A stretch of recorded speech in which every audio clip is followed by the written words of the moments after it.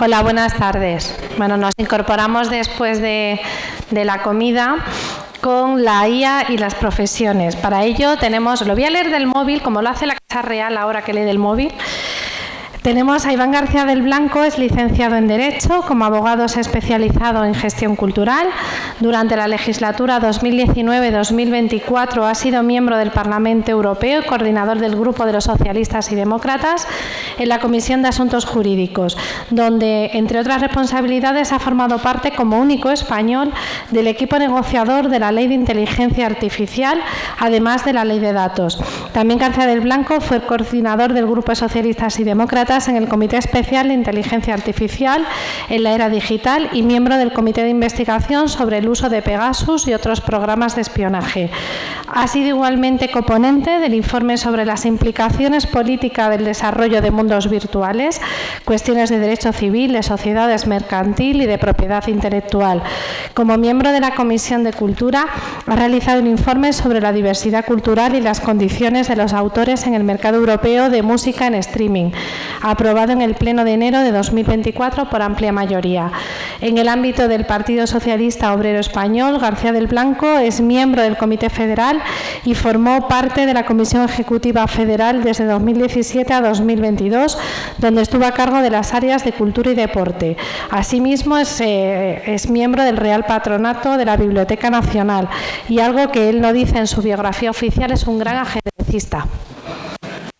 Iván, sé que me has mandado ahora mismo algo que no me... Ah, vale, digo, no me... pensé que era algo del currículo. Muchísimas gracias por estar hoy aquí y os dejo con Iván.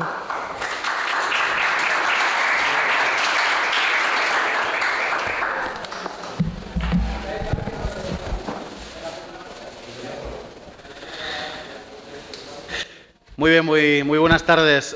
Como somos amigos Maricha y yo, pues le he mandado unas fotos, le he hecho unas fotos mientras estaba hablando y se las he mandado. Estas cosas así en confianza, que a veces en el directo pues funcionan de aquella manera. Bueno, en primer lugar, muchísimas gracias por la invitación, es un honor estar en estos cursos. La verdad es que durante estos 5 años que ya se terminan, que he estado en el Parlamento Europeo, además de todas estas cuestiones, tengo que decir que si algo he hecho de manera también estable en el tiempo es colaborar con el Colegio de Gestores Administrativos, que tengo que también resaltar y subrayar que es de las instituciones o colectivos organizados españoles que mejor han entendido la importancia de las decisiones que se toman en Bruselas, de las decisiones que se toman a nivel europeo. Yo espero que cunda el ejemplo y, en cualquier caso, el trabajo que ya lleváis por delante, desde luego que es una ventaja comparativa con todos los que vengan después. Así que también enhorabuena por tan buen trabajo. Y como ha comentado también Maricha en la presentación, efectivamente he participado en todos los trabajos relacionados con la regulación en el ámbito de la inteligencia artificial y previamente a ello, y en ello continúo, he tenido mucho contacto, he tenido la oportunidad y el gran privilegio de tener mucho contacto con todo el sector tecnológico, pero no solo con esa perspectiva, sino también con la inteligencia artificial como herramienta transversal y de transformación total y completa, que es con asociaciones y personas que están preocupadas por la integración armónica de esta inteligencia artificial y por nuestra adaptación como sociedades. Hoy vamos a hablar sobre la inteligencia artificial y las profesiones y al final creo que lo más interesante es que haga vuela pluma con cierta profundidad en algunas cuestiones, pero teniendo que ir un poco más rápido en otras por cuestión del tiempo, haga una semblanza de lo que acabamos de aprobar, de qué es lo que contiene exactamente el texto y, por lo tanto, en qué medida el ejercicio profesional en un futuro bastante inmediato en algunas cuestiones y en otras un poco menos, va a estar completamente, totalmente y dramáticamente afectado por la existencia de esta regulación. Y cuáles son también algunas de las cuestiones que tenemos por delante, algunos de los grandes debates, algunas de las decisiones que tenemos también que tomar colectivamente. Es bien conocido y las personas que se dedican profesionalmente a cualquier actividad saben perfectamente que la inteligencia artificial ya en el día de hoy está siendo utilizada de manera probablemente todavía no masiva, pero de manera progresivamente mayor en cada uno de los ámbitos de de la vida, en cada uno de los ámbitos del mercado de trabajo. Y en ese sentido estamos ante una de las características que tiene esta tecnología. Esto no es un avance más. Esto no es una tecnología más, sino que, como digo, es una herramienta que transversalmente va a ir incorporándose en todos los ámbitos de nuestra existencia, ya no solo en las profesiones, sino también en la forma en la que interactuamos como seres humanos, en nuestras relaciones con los poderes públicos, en el ejercicio. Antes, en la comida, he tenido un interesante debate alrededor de la cuestión de los nuevos derechos, ¿no?, de los derechos relacionados con la digitalización, en el ejercicio de nuestros propios derechos y la protección de nuestros propios derechos. Consciente de toda esta cuestión, la Comisión Europea, ya antes de que comenzara el mandato de 2019, encargó un trabajo a un grupo de expertos y expertas que acabó culminando en el Libro Blanco sobre la inteligencia artificial, que fue publicado en marzo de 2020 y que planteaba ya la necesidad de tener un enfoque europeo planteado en 3 líneas diferentes, con la idea de situar a Europa en la cabeza del desarrollo tecnológico y también de la integración armónica, como digo, de la inteligencia artificial. Por eso planteaba, digo, esas 3 líneas. La primera sería la línea de las inversiones. Si hemos echado un vistazo en profundidad al plan de recuperación, a los fondos Next Generation, una parte muy importante de esos fondos estaba condicionado a la transformación digital, a la modernización también de las estructuras, tanto de producción como de trabajo. Se han ido desarrollando también herramientas propias dentro de los instrumentos que ya existían en planes europeos, como el Horizon, pero se están también, luego hablaré brevemente de ello, se están habilitando nuevas herramientas precisamente para acelerar esta digitalización. En segundo lugar, otra de las líneas maestras era la línea de la formación.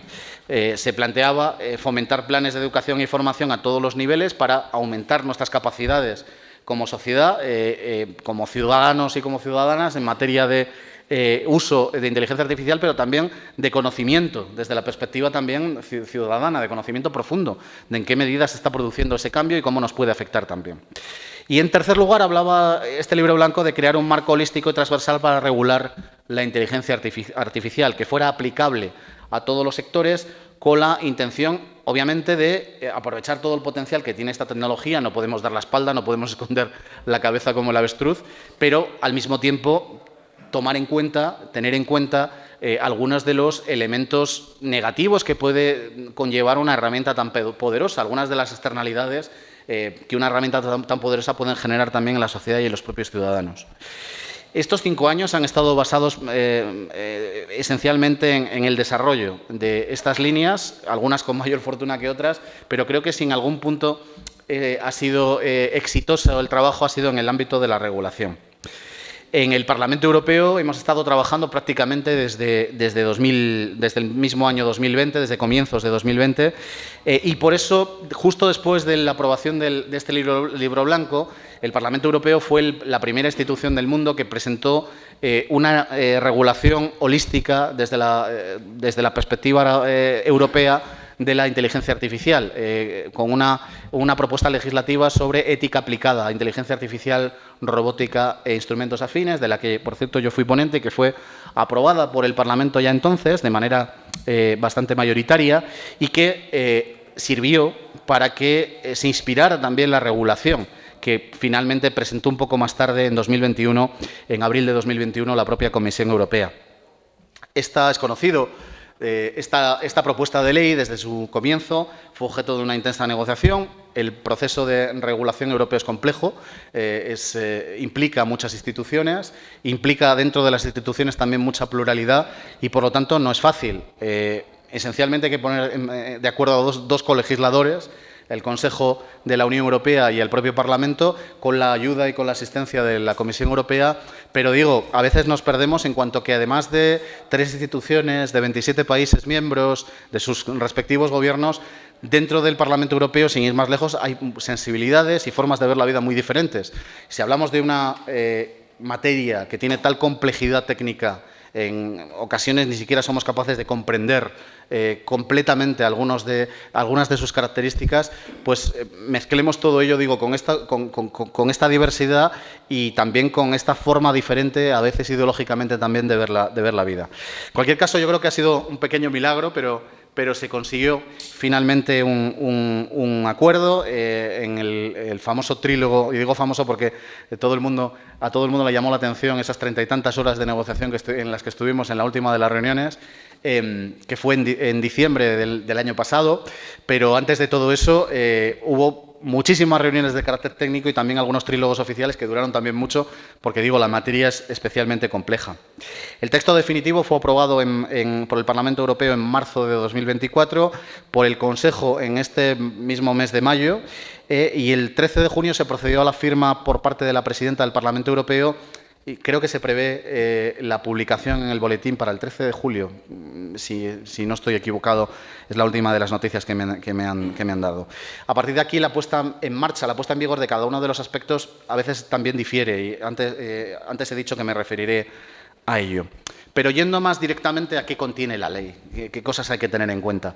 Para empezar, nadie discute ya, creo, ni siquiera a nivel mundial, ya discute que tengamos que tener una ley que regule algunos aspectos esenciales de una tecnología como esta, pero no era esa la situación hace unos pocos años.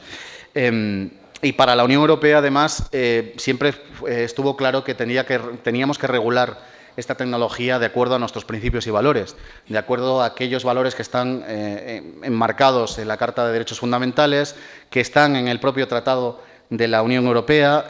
Hay algunos principios éticos, derechos fundamentales y algunos valores colectivos, como por ejemplo la sostenibilidad medioambiental o la no discriminación, cuestiones que para la Unión Europea como espacio democrático y espacio de principios y valores eran importantes. Es una norma que en el fondo lo que intenta, y además así lo declara, es poner en el centro de la regulación a las personas. El ser humano es el objetivo último de la tecnología y tiene en ese sentido dos ejes fundamentales. El primero, garantizar la protección de los derechos fundamentales, nuestras democracias, el Estado de Derecho y el medio ambiente. Esto lo declara la propia ley. Y para garantizar este enfoque protector, tuitivo, es necesario cumplir con otro gran objetivo que también enuncia la ley: dotar de confianza a los usuarios, dar seguridad jurídica a las empresas y facilitar la innovación y el desarrollo de inteligencias artificiales europeas. Aquí hay muchos juristas.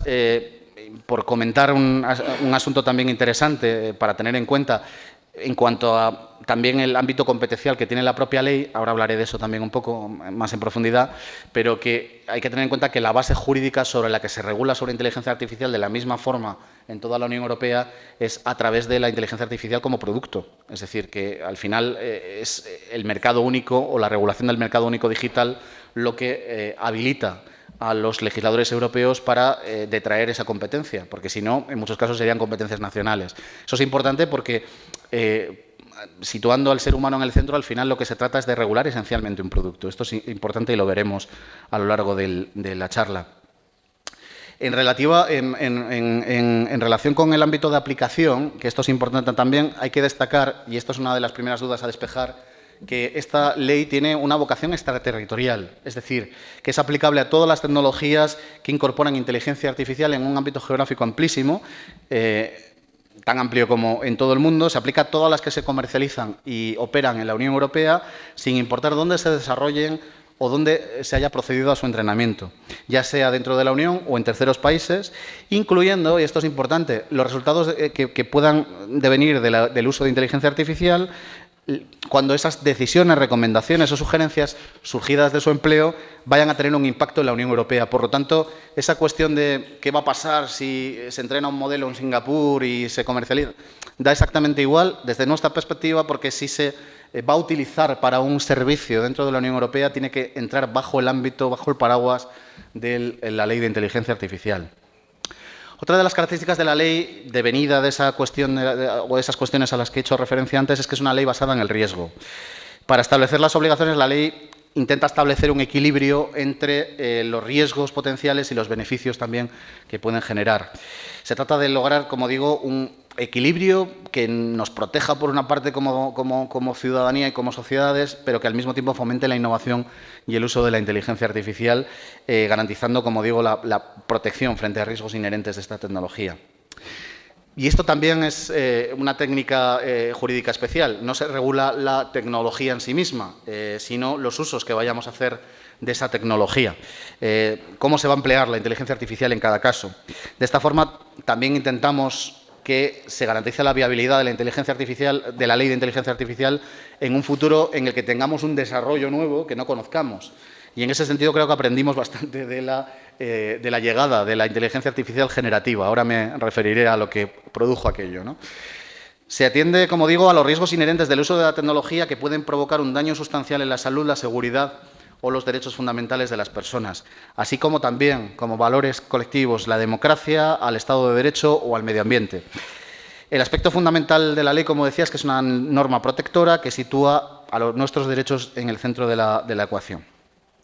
De esta forma se establece una gradación de usos de la inteligencia artificial y una consecuencia devenida de ese grado de importancia de los ámbitos. Para empezar, se habla de usos prohibidos. Hay algunos usos de inteligencia artificial que en la Unión Europea estarán prohibidos. Y también hemos estado charlando antes sobre algunas cuestiones relacionadas con las posibilidades que da la inteligencia artificial, por ejemplo, para hacer perfiles personalizados, ¿no?, de las personas, para hacer prospectiva sobre cómo nos podemos comportar o incluso la posibilidad que tenemos de morirnos en unos cuantos años. Pensemos en el elemento discriminatorio gigante, en la desequilibrio en el campo de juego que puede tener un ciudadano frente a una aseguradora, por ejemplo, desde esa perspectiva. Es simplemente un ejemplo, pero ahora hablaré un poco más de ello. Los sistemas que están prohibidos son sistemas que presentan riesgos inasumibles para nuestras democracias. También se plantea algunas utilizaciones, algunos usos de inteligencia artificial que se consideran de alto riesgo y hay otros que se entiende que requieren obligaciones extraordinarias de transparencia y algunas tienen que ver, y lo veremos, con algunas cuestiones que últimamente están también en los medios de comunicación y que están generando alarma en la ciudadanía con cierta razón, por otra parte. Es decir, para eso está la regulación, para resolver problemas. Tengo que decir que gracias al Parlamento Europeo se amplió la lista de usos prohibidos. La ley hablaba de prohibir los marcadores sociales que conllevan un perjuicio social o aquellas inteligencias artificiales que realizan una manipulación subliminal o explotan las vulnerabilidades de personas o de colectivos de personas, y el Parlamento Europeo ha incluido alguna prohibición adicional. Por ejemplo, los sistemas de reconocimiento de emociones de empleados en el ámbito del trabajo y la educación.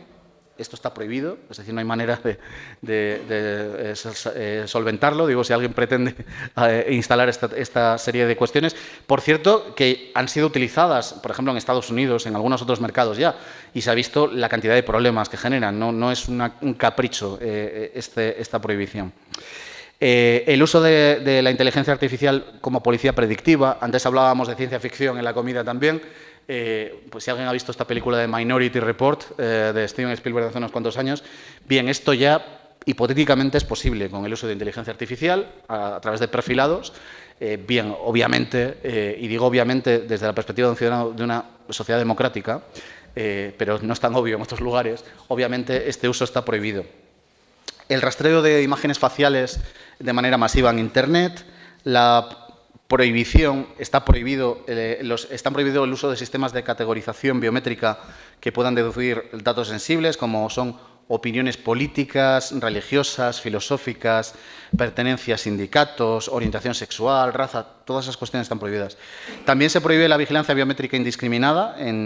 Hay una excepción en cuanto al uso de vigilancia biométrica en tiempo real en espacios públicos. Hay una lista de excepciones en las que se puede autorizar su uso para un determinado momento limitado en el tiempo y con autorización judicial, pero ya digo que es una excepción. Pues, por ejemplo, si hay un ataque terrorista inminente, por ejemplo, y hay pruebas de que eso puede ocurrir, se podría utilizar este tipo de sistemas. Pero si no, estaría absolutamente prohibido. También, como excepción, y no es el único ámbito en el que se exige esta cuestión, se exigiría un informe previo de impacto en derechos fundamentales antes de utilizar una herramienta de estas características. Voy ahora a las inteligencias artificiales de alto riesgo. Muchas de las profesiones van a estar afectadas por esta categorización. Yo no estaría especialmente preocupado, más allá de que obviamente se exigen algunas prevenciones, algunas precauciones, pero, en fin, voy a tratar de dimensionar hasta dónde llega la categoría de alto riesgo y cuáles son las obligaciones. Los sistemas de alto riesgo son aquellos que a través de su uso pueden provocar un daño a las personas, y en la propia norma se establecen los criterios para determinar cuándo un sistema de inteligencia artificial es de alto riesgo. Es decir, que conlleva, como digo, ese impacto sustancial en la salud, la seguridad o los derechos fundamentales.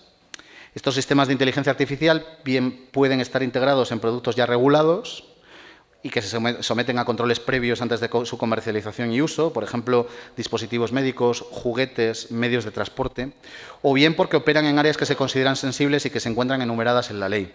De este modo, las herramientas de inteligencia artificial biométrica, las infraestructuras críticas, el uso de inteligencia artificial en el trabajo o el empleo, para determinar el acceso o la evaluación de los alumnos en la educación, para el control de fronteras, en el acceso a servicios públicos esenciales, incluyendo evaluaciones de riesgo personales para la concesión de créditos o seguros, en la administración de justicia.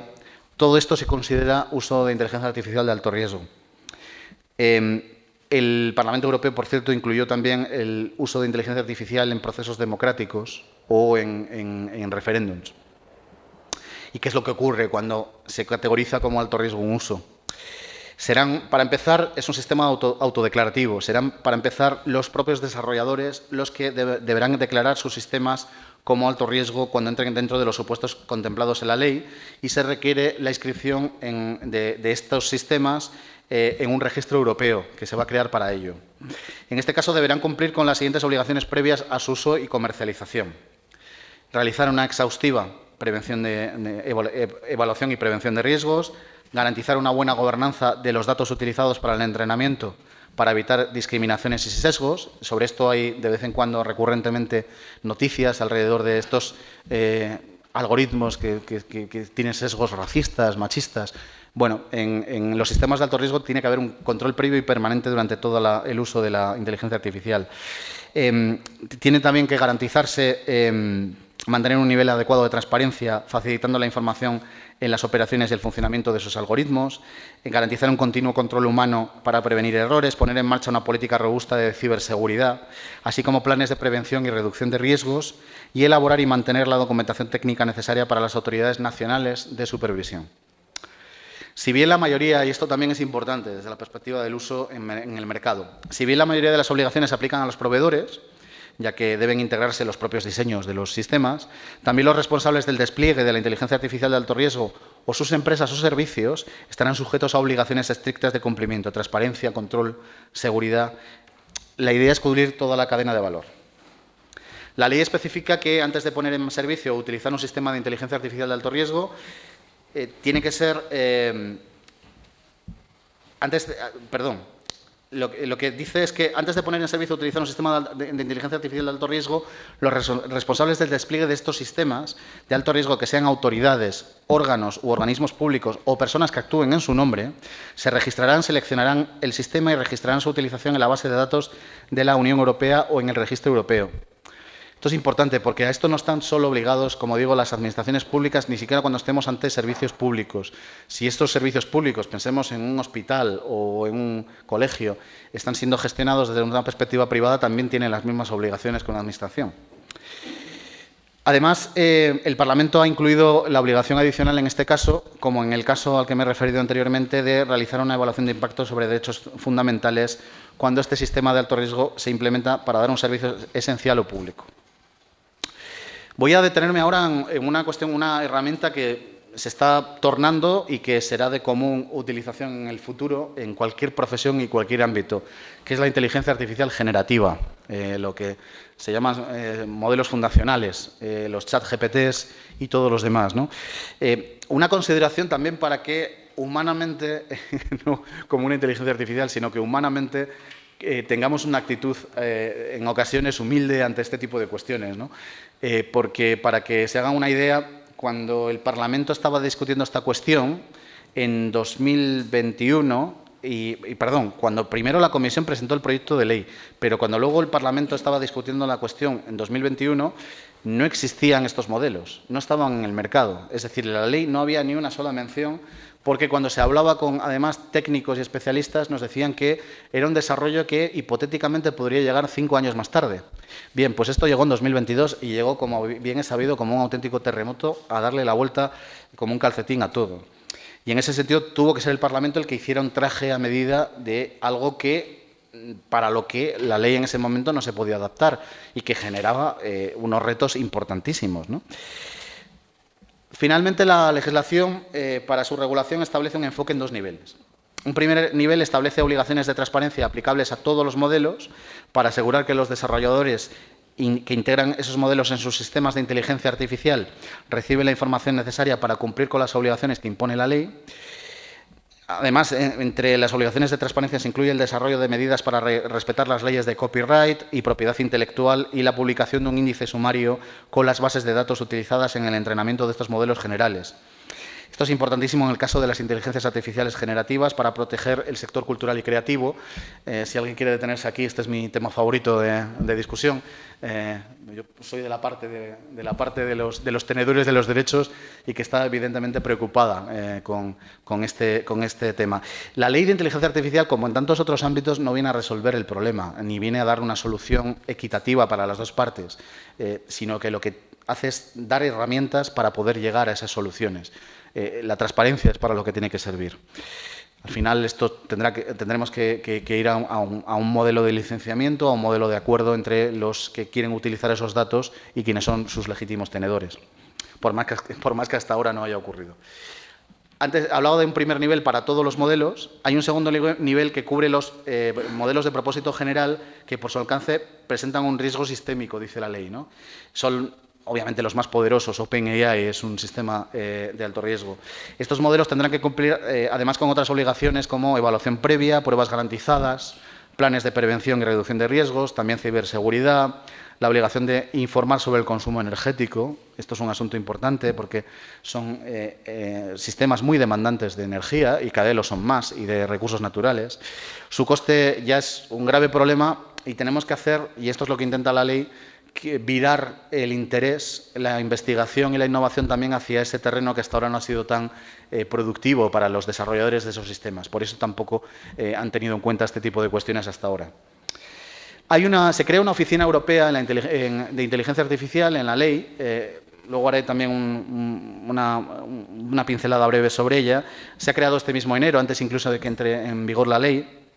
Y esta oficina europea es la que, entre otras cosas, estará encargada de vigilar estos modelos generales también es la encargada de desarrollar códigos de buenas prácticas con metodologías concretas para facilitar y asegurar su cumplimiento.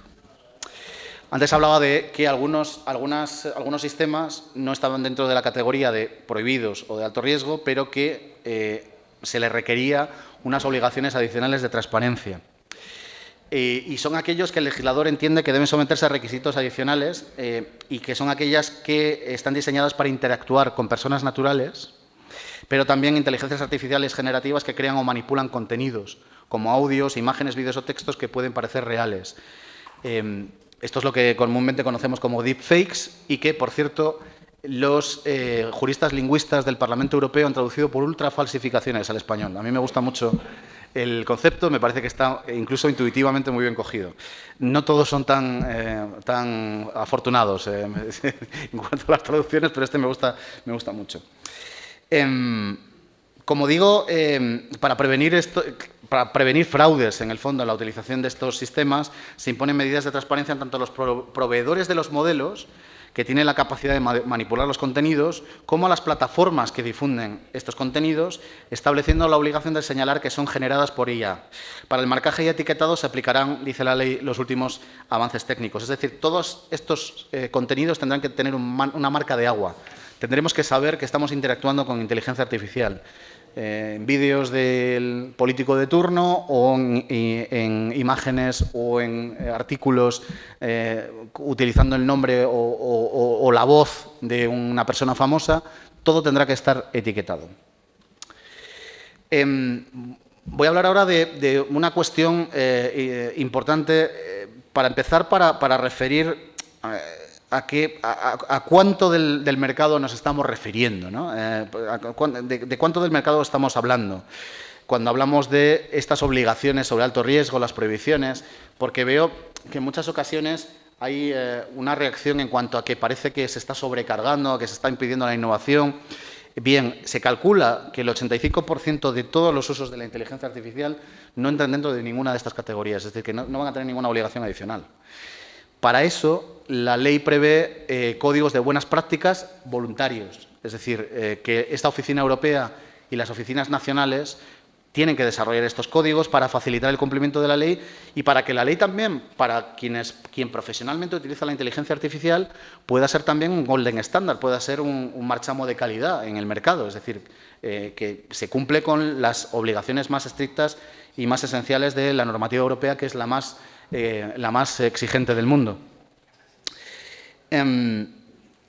La ley, como digo, no impone obligaciones específicas para estos modelos, pero sí dice que como inspiración deberán tenerse en cuenta los principios éticos establecidos por el grupo de alto nivel europeo que acabó desarrollando, como digo, este libro blanco sobre la inteligencia artificial. Ahora voy a hablar del sistema de gobernanza, porque la ley establece un sistema complementario a nivel nacional y europeo de vigilancia y supervisión. El grueso de la vigilancia sobre los modelos de inteligencia artificial y, por lo tanto, la interacción de quienes usan inteligencia artificial y las autoridades será a nivel nacional. Es decir, lo esencial es a nivel nacional, esa es la relación. Aquí, por ejemplo, se ha creado ya hace un tiempo la Agencia Española de Inteligencia Artificial, la ESIA. Nosotros fuimos el primer país, además, que dio este paso. Y esta ESIA tendrá que coordinarse con la Oficina Europea a la que me he referido antes de Inteligencia Artificial. Esta oficina será la responsable de vigilar el cumplimiento de las obligaciones de los modelos de uso general y de garantizar la coordinación entre las autoridades nacionales a nivel europeo. Buscamos una armonización en el uso de la ley, es decir, que las consecuencias y las prevenciones sean las mismas en los 27 Estados miembros. La ley indica también una suerte de sanciones para el no cumplimiento con la ley. Habla del 35 millones de euros como tope, como multa tope, o el 7% de la facturación mundial de ese año de la empresa que haya incumplido. Por cierto, que se toma como referencia la cantidad que sea mayor. Bueno, podemos hacernos una idea de lo que significa un 7% de la facturación anual de OpenAI o de Google. Quizá dejáramos de tener un problema con las pensiones en bastante tiempo si hubiera un par de estas multas. No quiero decir que la ley es muy desmotivadora de la infracción de la propia normativa. También es importante, y esto es algo que tenemos por delante, también para echarle un ojo en cuanto a cómo puede afectar esta regulación a cada uno de los ámbitos de los sectores. Ahora, la Comisión Europea, a través de la Oficina Europea de Inteligencia Artificial, tiene el mandato, durante los próximos meses, de desarrollar hasta 20 actos de ejecución y 20 actos delegados en aplicación de la ley. Tiene que concretar de qué forma algunos de los principios se acaban de solidificar. Lo digo, por ejemplo, y este tema lo conozco bien, como he dicho anteriormente, por ejemplo, en cuanto a las obligaciones de transparencia en los modelos generativos, ¿no? Sobre estos datos, sobre qué piezas se han utilizado para el entrenamiento de los modelos, que dice además la ley que tienen que ser legibles y plausibles para los tenedores de derecho, que no tienen que ser complicados, que tienen que estar a su disposición. Bien, esto es más fácil decirlo que hacerlo. Y la trampa probablemente esté en el modo de ejecución. Por lo tanto, es muy importante que en adelante, ya tenemos la ley, pero que en adelante estemos encima también de cómo se desarrolla esa ley por parte de la Oficina Europea de Inteligencia Artificial. Me consta que está habiendo un debate con muchos afectados desde muchas perspectivas, no solo las empresas tecnológicas, pero es importante, digo, que si tenemos intereses, y casi todos y todas tenemos intereses en esta cuestión, estemos encima de este asunto. Tiene también que desarrollar 6 líneas directrices para ayudar también al cumplimiento de las obligaciones. Luego, tampoco entremos en pánico. Ahora hablaré sobre la puesta en vigor, sobre el tránsito temporal. Tampoco entremos en pánico sobre el cumplimiento de una ley que efectivamente es compleja y que se incardina dentro de un mundo más complejo de otras normas en el ámbito digital. Es decir, el plazo general de aplicación de la ley es de 24 meses. Es decir, hay tiempo para adaptarse y entre ese tiempo, tanto la Oficina Europea como las oficinas nacionales o agencias nacionales están obligados por la propia norma a desarrollar sistemas normalizados para que sobre todo las pequeñas startups, las pequeñas y medianas empresas se puedan adaptar sin demasiado coste, sin demasiadas obligaciones, sin demasiada complejidad, ¿no? Todo el mundo es consciente de que las grandes empresas pueden tener ejércitos de abogados o tecnólogos. No es el caso de las pequeñas profesiones. Bien, esto también está pensado en la ley. También la ley tiene algún capítulo dedicado a facilitar la innovación. Esto es interesante porque crea lo que se llaman sandboxes en inglés, campos de pruebas controlados, me parece que se ha traducido aquí, para probar modelos de inteligencia artificial en un entorno controlado previamente a su comercialización y también ver de qué manera se puede adaptar. Algunas veces es complejo el cumplimiento de las obligaciones de la ley con la comercialización del producto. Es más, prevé incluso que pueda haber campos de pruebas en el mercado real, también en entornos controlados, con una autoridad supervisora encima, pero bien, es interesante también cuando en algunos casos estamos en una linde no demasiado clara en cuanto a qué se puede hacer y no se puede hacer. Bien, eso es lo que se prevé. ¿Cuál es el problema que yo creo que tenemos por delante como espacio, ¿no? como Unión Europea y también como país, como España, ¿no? En el que tenemos que aumentar muchísimo? Es decir, que no solo basta con tener una buena norma, que creo que la tenemos, sino que tenemos que aumentar muchísimo nuestra apuesta en cuanto a la formación y en cuanto también a la inversión. Estamos muy por detrás. Yo recuerdo que cuando estábamos discutiendo la ley al principio salió una estadística de lo que se había invertido ese año, no recuerdo si era 2021 o 2022, en inteligencia artificial en 3 espacios territoriales diferentes: Estados Unidos, China y la Unión Europea. Estados Unidos invertía del orden de había invertido 31.000 millones de dólares. China en aquel momento había invertido unos 13.000 millones de dólares, ahora está más arriba. Toda la Unión Europea en su conjunto pasaba escasamente los 1.000. Luego yo, a veces cuando me preguntan sobre si la ley es un problema para desarrollar nuestra propia tecnología, a veces me entra la risa, ¿no? Porque creo que realmente, bueno, para empezar, estamos detrás y llevamos mucho tiempo detrás sin que haya ninguna norma, sin que haya ninguna normativa, no solo en este ámbito, sino en el ámbito de otros desarrollos tecnológicos. Creo que lo congruente es, si tenemos una norma, la misma para los 27, tengamos también una estrategia cooperativa coordinada para los 27 Estados miembros. La Comisión Europea ha desarrollado este tiempo una estrategia en materia de inteligencia artificial. A principios de este mismo año ha publicado un programa de apoyo a la innovación y a las startups europeas para facilitar la inversión dentro de la Unión en inteligencia artificial. Se están llegando a estrategias también y a acuerdos de utilización de las supercomputadoras que existen en la Unión Europea. Sin ir más lejos, España ha anunciado la elaboración de un propio modelo de lenguaje español utilizando el Centro de Supercomputación de Barcelona, pero la idea que hay detrás de la estrategia es que se facilite el uso de este tipo de supercomputadoras, que ese sí que es un diferencial europeo con respecto a otros lugares, también para la iniciativa privada, y esto será especialmente interesante. Antes hablaba también como derecho ciudadano y de la necesaria transición hacia esa sociedad digitalizada, con inteligencia artificial en armonía. Hablaba de la necesidad de una ilustración digital generalizada también. Desde luego, para formar personas profesionales en el ámbito del uso de la inteligencia artificial, y no estoy hablando solo de personas especialistas en programación, en matemáticas, en tecnología en general, sino que creo que, hablando también del uso de la IA en las profesiones, creo que en el futuro más inmediato, no dentro de 20 años, sino en el futuro más inmediato, creo que iremos a un panorama en el que las profesiones tendrán un carácter cada vez más híbrido, en el sentido de que es difícil pensar ningún ámbito, ningún espacio en el que no se interactúe entre los seres humanos y la inteligencia artificial, precisamente para tratar de utilizar la IA en aquellas tareas que a nosotros nos suponen pues, cargas más pesadas o tareas más repetitivas, que nos permitan de alguna forma especializarnos o dedicar nuestros mayores esfuerzos a ámbitos más relacionados con la creatividad o con un valor añadido diferente, ¿no? Para todo eso, para garantizar todo eso, se necesita formación, pero creo que también es fundamental que como sociedades tengamos una formación esencial, básica, sobre lo que supone esta auténtica revolución industrial, nueva revolución industrial, que es la inteligencia artificial, cómo va a afectar a nuestras vidas y cómo se transforma también nuestra propia interacción como ciudadanos con los poderes públicos. Qué riesgos inherentes tiene y qué decisiones colectivas también tenemos que tomar. Incluso si hablamos, y a mí este es un debate también que me gusta, aunque no tengo ninguna de las respuestas a las preguntas más esenciales, pero si hablamos de la integración otra vez de la inteligencia artificial en el mercado de trabajo, creo que es esencial que proyectemos en cada uno de los sectores cómo la inteligencia artificial va a impactar con cierta antelación. Porque si no, entonces sí que podremos encontrarnos ante verdaderos dramas de sustitución sin tener ninguna solución de las que necesitamos. Y creo que está a nuestra mano. No es una tarea fácil, no es sencillo.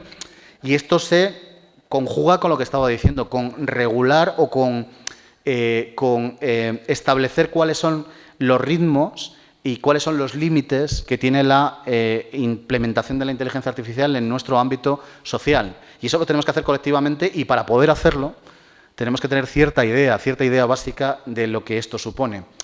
Yo siempre pongo el mismo ejemplo. Para que como sociedades escojamos entre modelos de sanidad públicos o privados, no necesitamos ser todos expertos en políticas de salud, ni médicos ni enfermeros. Simplemente tenemos que entender más o menos qué comporta eso y en qué medida nos puede afectar. Y elegimos ese tipo de cuestiones cada vez que hay un proceso democrático, ¿no? Son cuestiones que están en debate y en discusión. Creo que el ámbito de cómo nos digitalizamos y cómo garantizamos también que no existan brechas dentro de nuestras sociedades, que no se quede gente atrás, y las brechas ya no van a ser solo generacionales, sino que van a tener en cuenta otro tipo de criterios. Creo que esto es importante que lo tengamos en cuenta también en la discusión pública y también lo exijamos a nuestros representantes en un futuro. Por cierto, una última cuestión que me parece especialmente importante en la ley, hablando también del ámbito de las profesiones. Esta ley de inteligencia artificial, en principio, plantea qué es lo más y qué es lo menos, es decir, cuál es el ámbito mayor de protección y el menor. Y se supone que los Estados miembros no tienen margen de maniobra para mejorar o para aligerar, digamos, las protecciones que están en la ley. Hay una única excepción, que es la utilización de la inteligencia artificial en el ámbito del trabajo, de los espacios de trabajo. Se prevé en la ley que mediante leyes específicas o mediante negociación colectiva se puedan mejorar las condiciones de protección de los trabajadores en los ámbitos laborales. Es más, la ley prevé que haya una obligación de comunicación a los trabajadores y sus representantes de las herramientas de inteligencia artificial que se implementan en el centro de trabajo. Esto es una especificidad porque, como digo, no hay otra excepción dentro de la norma. Y, en fin, como conclusión, y termino ya aquí, seguramente me he excedido ya en el uso de mi tiempo, pero bueno, me pasa siempre que, además, es que me fascina la cuestión, me gusta mucho hablar del tema que tenemos hoy, porque me parece además el gran debate, ¿no? Y además es tan complejo y tan diverso que una a veces no tiene la sensación de que puede terminar. Pero sí me gustaría hacer una última reflexión.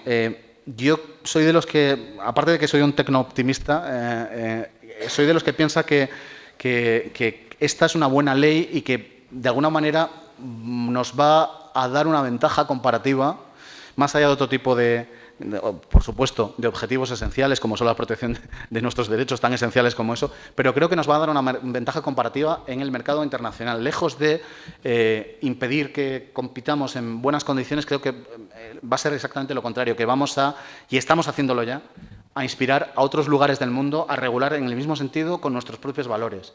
Y si echamos un vistazo al mercado internacional en este momento, esto es lo que está ocurriendo.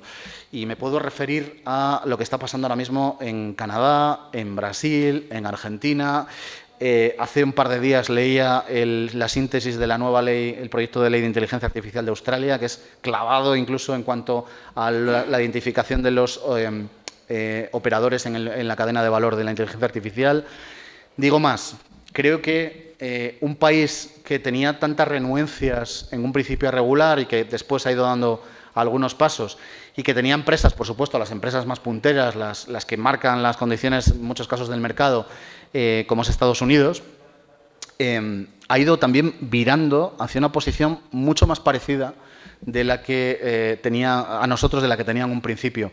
Yo tuve la ocasión de estar allí hace unos 4 meses. Estuve primero en Washington con legisladores y algún think tank, y luego estuve en Austin, que, como es conocido, es uno de los grandes hubs tecnológicos del mundo, ¿no?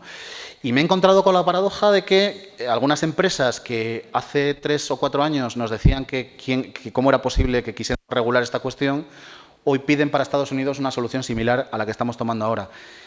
Ahora mismo en el Congreso de los Estados Unidos hay más de 100 iniciativas en materia de regulación de inteligencia artificial y no está saliendo adelante ninguna por el bloqueo que tiene el legislativo. Y, por contra, los estados están empezando a tener leyes propias. Hace muy poco Colorado ha aprobado una ley de inteligencia artificial estatal. Yo tuve la ocasión de estar hablando, de hablar con el ponente de la ley estatal de Texas. En California están desarrollando otra ley. Incluso algunas ciudades están regulando sobre el uso de IA para menores. Es decir, que pueden ir a un panorama casi de haya una fragmentación interior del mercado en Estados Unidos que no existe en Europa. Por lo tanto, como digo, creo que no solo el futuro, sino que el presente ya está empezando a darnos la razón a los europeos. Y creo que va a ser que las empresas estén adaptadas a la normativa de la Unión Europea en materia de protección de derechos y también de deberes, ¿no? Tanto de los usuarios como de los implementadores. Y yo lo dejo aquí. No sé si está prevista alguna pregunta, pero encantado.